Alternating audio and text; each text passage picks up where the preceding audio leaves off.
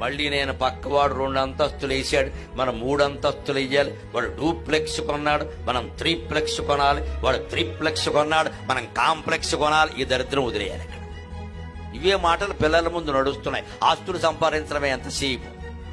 పిల్లల ముందు ఎప్పుడూ తల్లిదండ్రులు దయచేసి గుర్తుపెట్టుకోండి, మీకంటే పెద్దవాడిని కాకపోవచ్చు, కానీ చెప్పవలసిన బాధ్యత నాది ఉంది.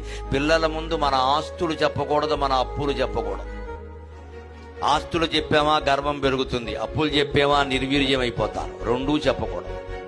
వాళ్ళు డబ్బు ప్రస్తావన తెచ్చి కూడా, అమ్మా వాళ్ళు ఫీజు కడుతున్నారు, ఎక్కడి నుంచి నీకెందుకురా, ఆ సంగతి మీ నాన్న నేను చూసుకుంటా, నువ్వు చదువుకోమ్మా అని చెప్పాలి.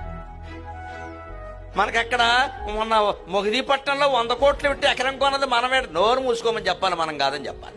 మనం 100 కోట్లు పెట్టి ఎకరం కొన్నామన్నా ఊరుకుంటూ వీడు చదువుతాడండి. ఇంకా వీడు 100 కోట్ల కోసం చూస్తాడు ఎకరం అమ్మేయడానికి. సినిమా తీస్తాడు, వీడి ఎకరం అమ్మేసి సినిమా తీస్తాడు. హీరోకే ఇస్తాడు 100 కోట్లు.